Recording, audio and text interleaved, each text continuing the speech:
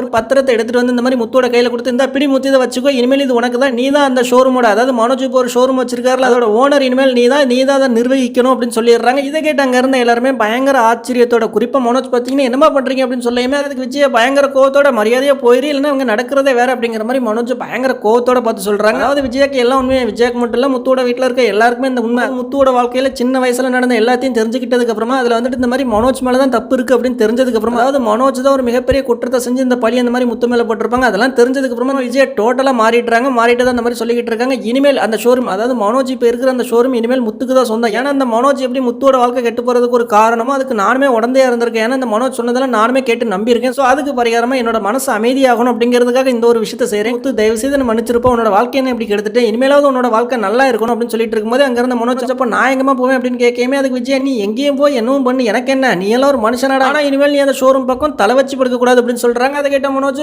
என்னடா அப்படி திடீர்னு அந்த பல்ட்டி அடிச்சிட்டாங்க, திடீர்னு இப்படி சொன்னா எங்கடா போவேன் அப்படிங்கிற வரைய பார்த்துட்டு இருக்காரு.